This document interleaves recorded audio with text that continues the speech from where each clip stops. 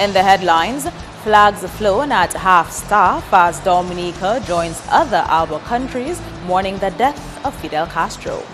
President Castro's death triggers fresh calls for the lifting of the U.S. trade embargo. And the regional volcanologist wraps up data collection regarding the boiling lake. I am Andrea Louis with the Channel 5 News details after this.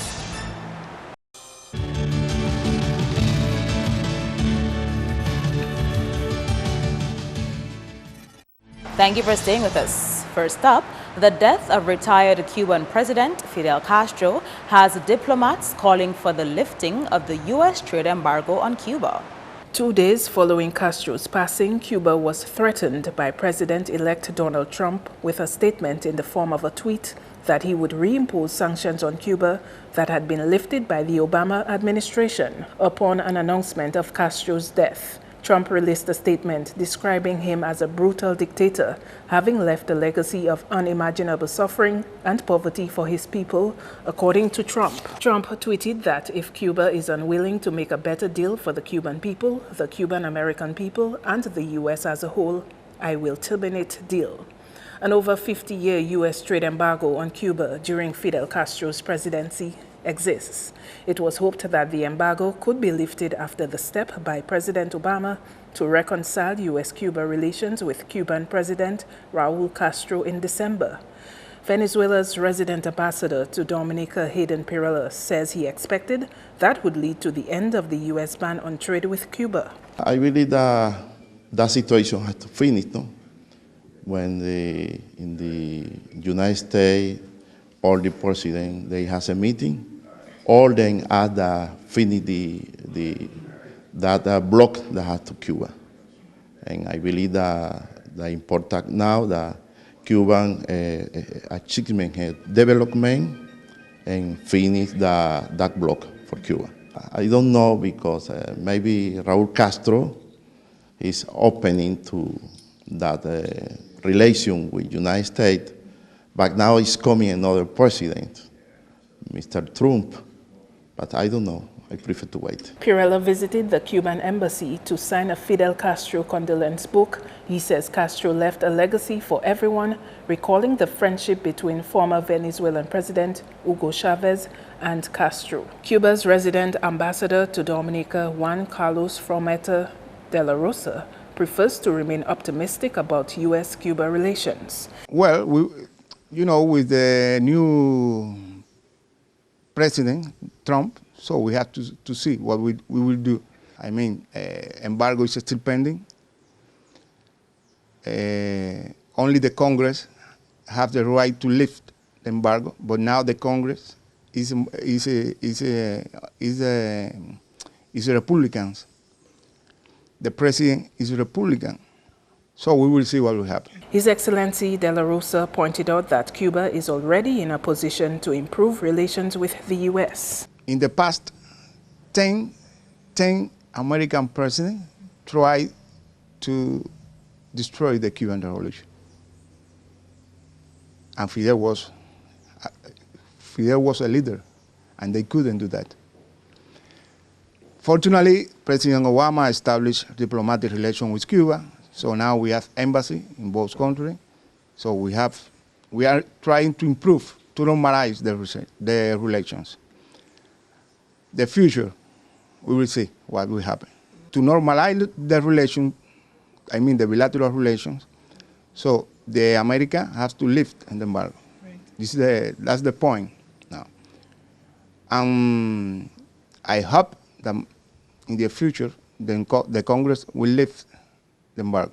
Prime Minister Skerrit has been invited to attend an event in Cuba, Havana on Tuesday in honor of Fidel Castro. Idona Jean-Baptiste, Channel 5 News. Meantime, in recognition of the life of Fidel Castro and his contribution to Dominica and the region, our flags in Dominica will be flown at half-staff until the day after his burial. Prime Minister Skerrit says this is a sign of our respect, admiration and appreciation for the Cuban president's contribution to Dominica. We're very saddened by his death, and the Dominican society has been positively impacted by the contributions made by Fidel and the Cuban Revolution and the Cuban people over an extended period of time. Whether it is in education, agriculture, health, the footprints of the Cuban Revolution and the Cuban people, and that of Fidel Castro is there for all of us to see. So on behalf of the government and the people of Dominica, and on behalf of myself and my family, I wish to extend to the Cuban ambassador, to the Cuban people, to Cuban citizens who are resident here in Dominica, and of course to all the Cuban people, to the president and government of Cuba, our sincerest condolences on the passing of our dear friend, Comrade Fidel. Mr. Skerritt has highlighted the generosity of the late Cuban leader Fidel Castro and his impact on freedom in South Africa. Mr. Skerritt noted how instrumental Cuba was in fighting alongside the ANC for equal rights for people of color. Cuba itself continues to face economic challenges. Under President Obama, some changes have taken place but have not gone far enough. The economic embargo is still largely in place. We recognize the U.S. government established or normalized relations with Cuba. There are now embassies in both countries. And at the United Nations, where we continue to call for the removal of the blockade against Cuba, for the first time, the U.S. government abstained. So we're hoping that in the near future, that the U.S. government will not only abstain, but also vote against, and the Helms-Burton Act will be removed entirely and allow the Cuban people to be fully part of the world financial systems and the world trading systems. I believe that we as a civilized people in the world owe it to the people of Cuba. So our march to have the embargo removed on Cuba will continue apace. We will not stop. We will not relent in our efforts. It is a principled position which we are taking.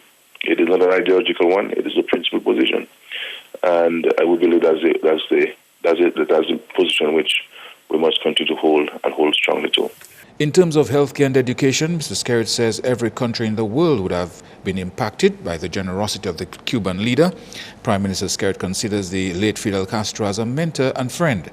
Mr. Skerritt says he learned quite a bit from Fidel Castro in terms of his leadership and how he views world issues. Miss Dominica 2017 hopeful Esther Francis plans to use her platform to help her build an empire of ambitious women in the Dominican society.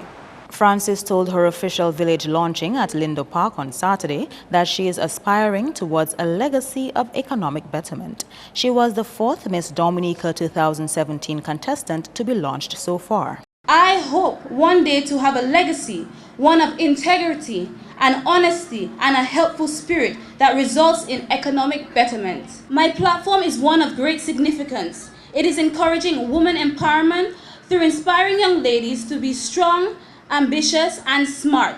This platform, I believe, chose me before I chose it. After running out of funds to continue medical school, I did not simply give up. I chose to open a salon in order to finance my studies. I saw the need for a place that gave female entrepreneurs a chance to thrive. Francis is the only contestant who is self-employed. My business, EBS, gives career opportunities to passionate and determined individuals that need a bit of assistance in starting their own small businesses, thus providing a stepping stone in obtaining their ultimate goals. I hope to establish benefits that will assist them further, such as daycare services and programs to enhance their abilities. I hope to establish an empire that empowers women to make significant contributions in society. Another Miss Dominica 2017 hopeful, Ketisha Joseph, intends on starting a project in her community geared at impacting the youth. Joseph's village launching took place on Sunday at the Massac Hard Court. She told her audience that her job at the Office of the Director of Public Prosecutions has influenced her pageant platform choice, Triumph of Justice, continuing to fight on behalf of our youth. A Rangers leader, I see the importance of protecting my young Rangers. Their dreams and aspirations are embedded in my heart, and I believe the same for our leaders. Every young person hearing the sound of my voice, I seek to make a long-term impact on this community through my platform and a community service project. This will benefit the young persons of this community, but it will require each and every one of us here this afternoon to see it through. With this opportunity, I look forward to inspire others the way I too have been inspired by many. Parliamentary representative for the Maho constituency used the stage at the launching of a Queen contestant on Sunday to make 3 promises to his people.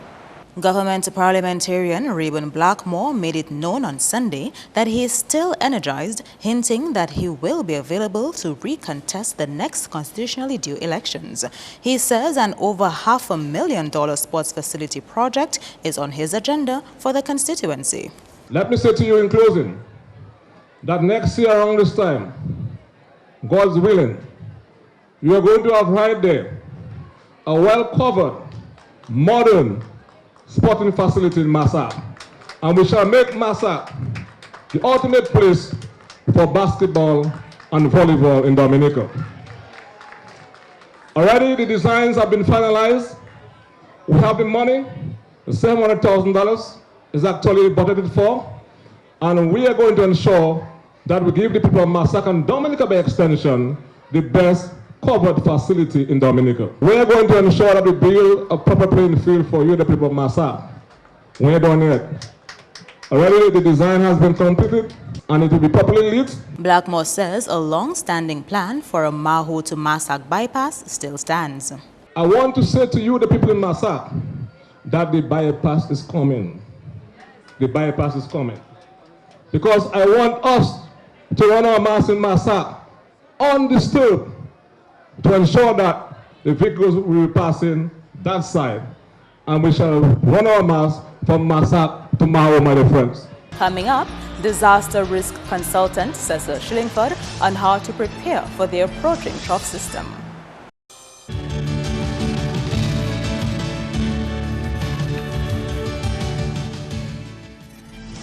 Welcome back.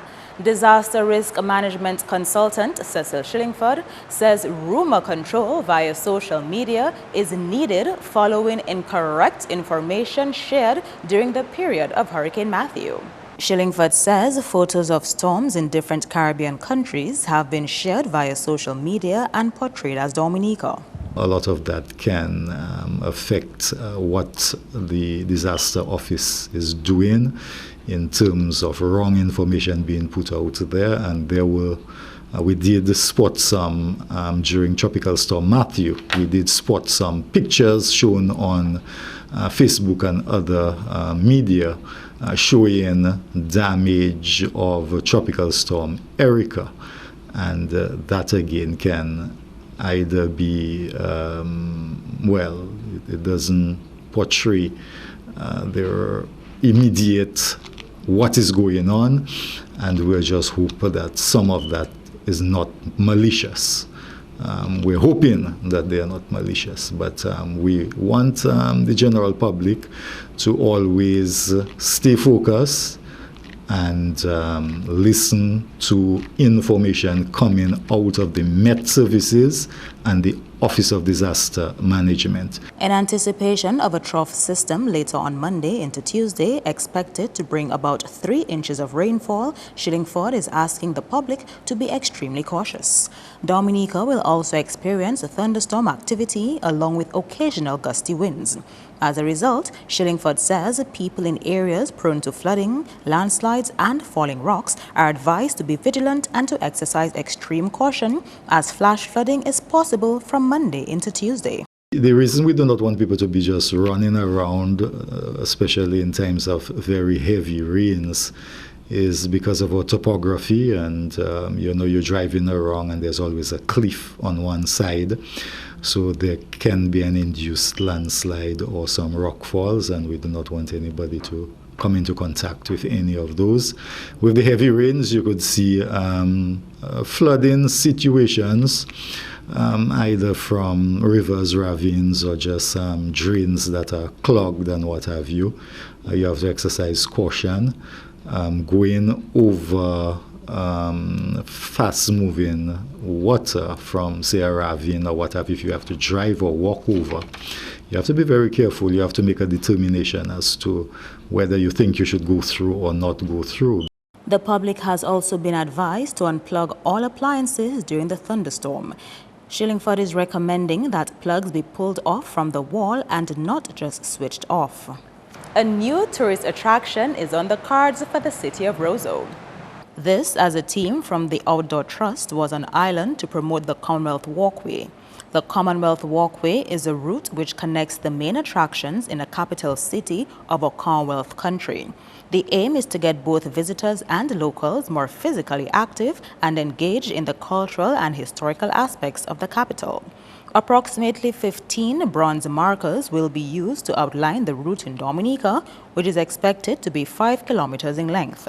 We know around the Commonwealth that generally almost actually nearly half of people are not physically active enough on an everyday basis to benefit their health. And we know that things like diabetes are growing in many countries, even here in Dominica. And we know that just from walking a little bit more, not only could people walk themselves fitter, I think they could also walk themselves mentally and physically healthier on an everyday basis. So we hope that this walkway is something that could inspire more people to go out and together be more fit. Dominica is the 26th country in the 71 Commonwealth states to receive a pilot visit ahead of the installation of the walkway. These markers, maybe there'll be 15, as I say, altogether, will go in the footway outside those points of interest. We'll then promote the route on an app that'll be available to people on their smartphones, which you don't need to be online in order to get, but you can follow the route. You can also get a little bit of information and history every time you're within 100 meters of one of the markers. And then the third part is that we'll have a panel, which we hope will promote the route itself, some of the key features and the history of Dominica, and the story that you want to share with the rest of the world.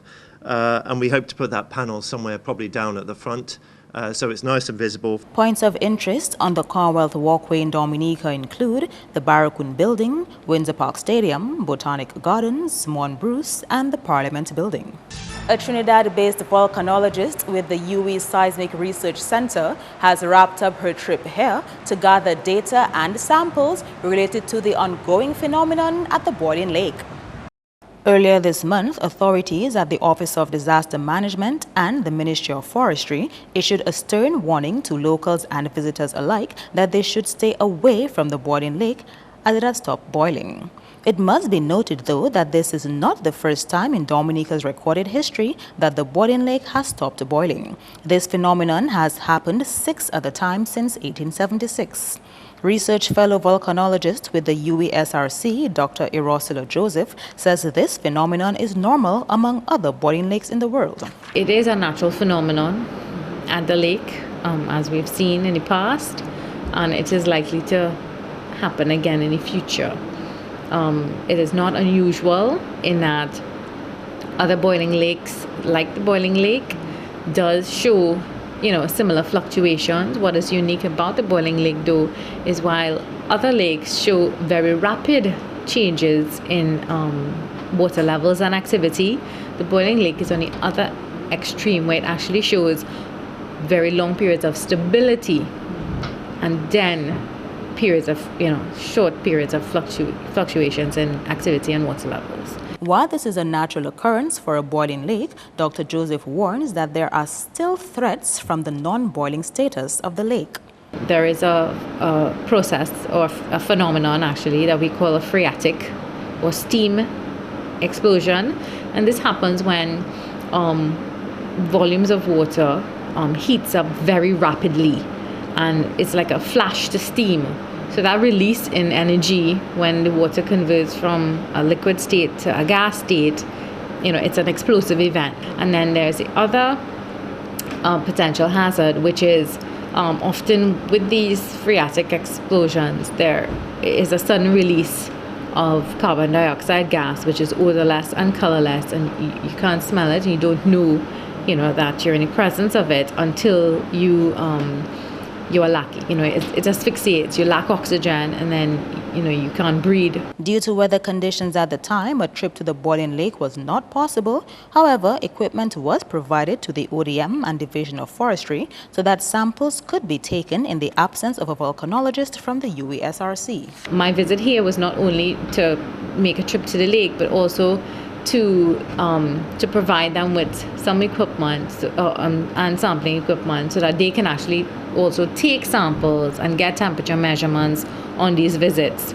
And these samples will be analyzed rapidly to gain information about the chemical composition of the system, and to see if things changes from the background compositions.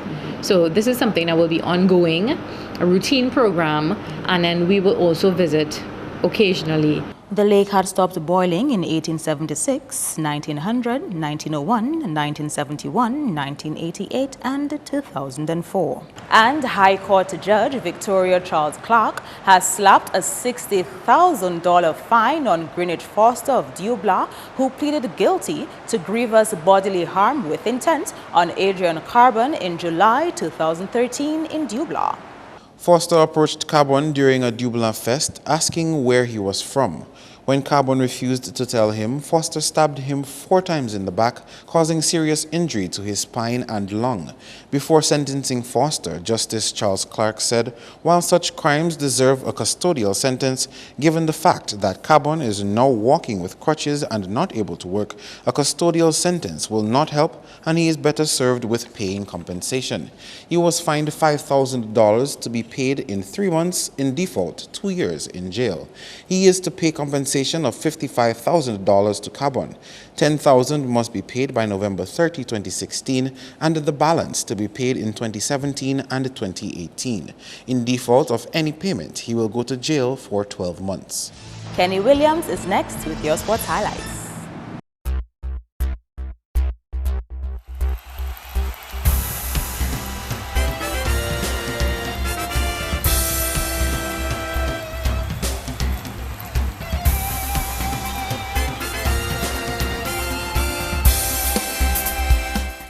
There were wins for Caribbean Cool Harlem United, Sagicor Southeast, Exodus FC, Middleham United and Central Cooperative Credit Union Dublin Football Club in games played from the DFA Flow Premier League on the weekend.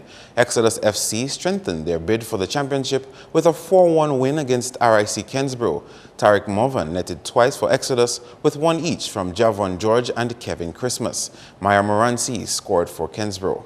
In a match against the Wacky Rollers, Harlem showed their dominance and won their game 5-0.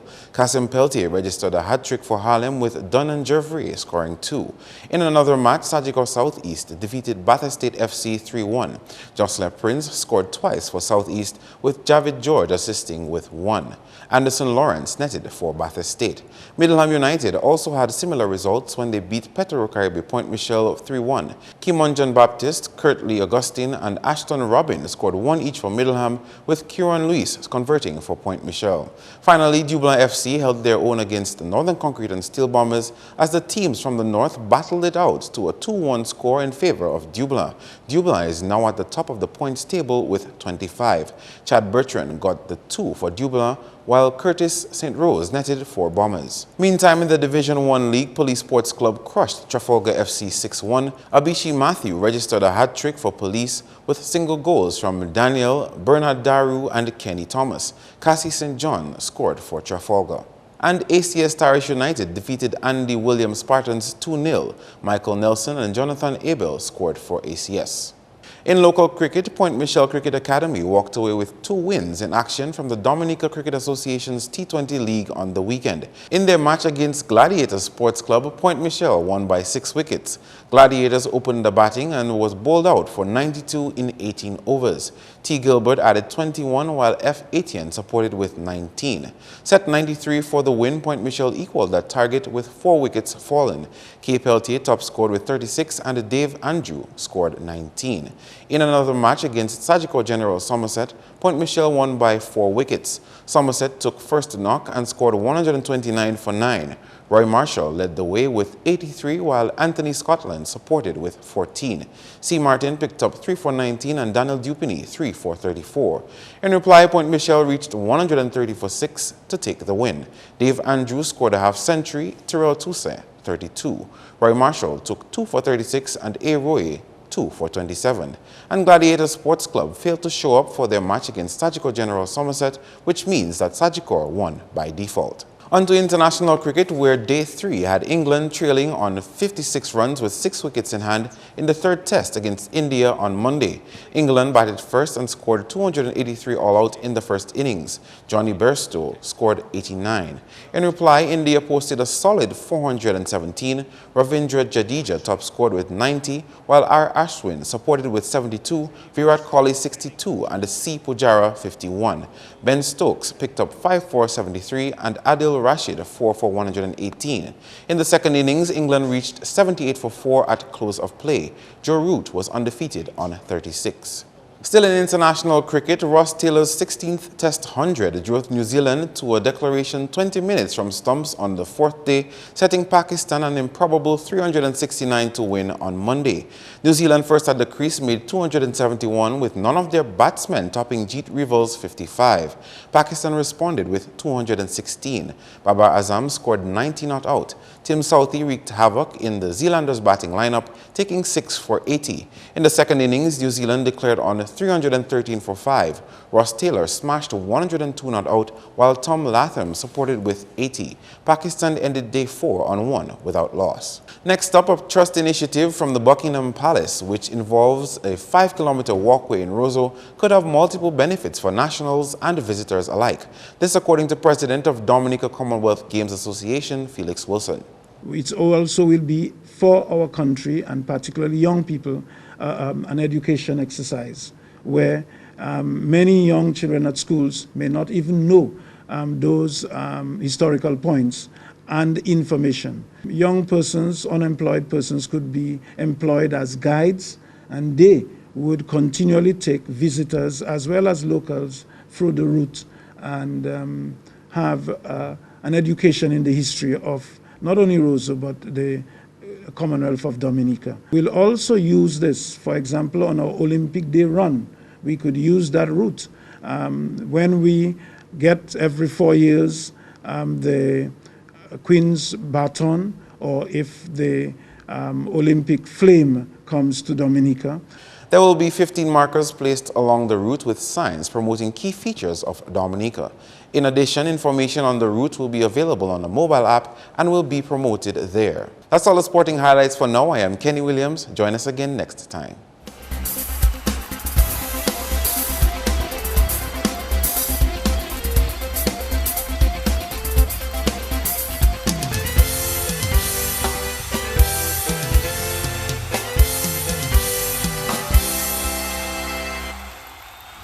Your weather forecast is next.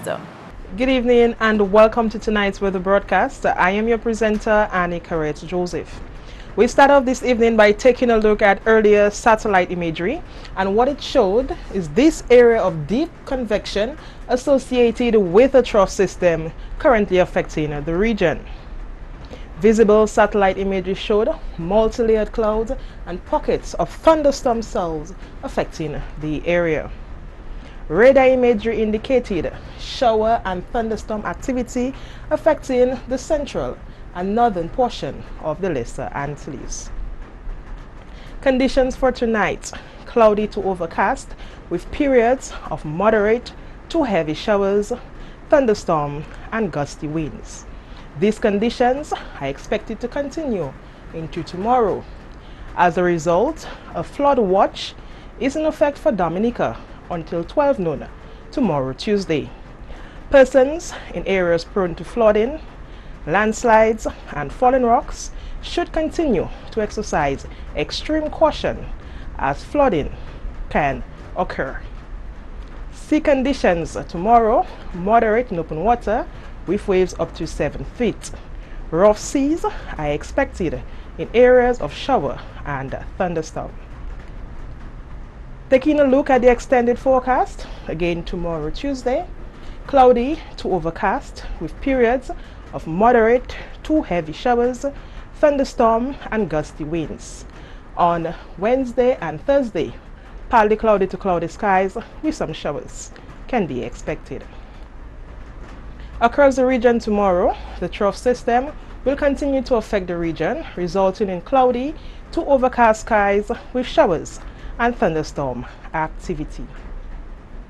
On the international scene, cloudy skies with showers in New York, partly cloudy skies in Miami, clear skies in London and Beijing, and some thunderstorm in Caracas.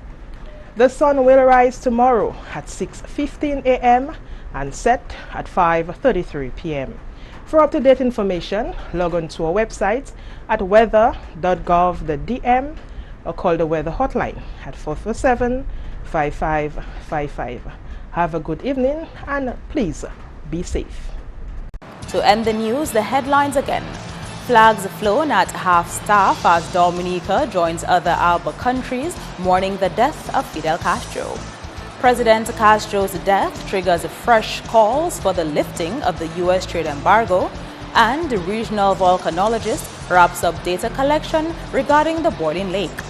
Feel free to contact us at news@MarpinNews28thNov2016. You can also access our past newscasts on our YouTube channel. On behalf of the entire production team, I am Andrea Louis, and to all our viewers around the world, thank you so much for watching. Join us tomorrow.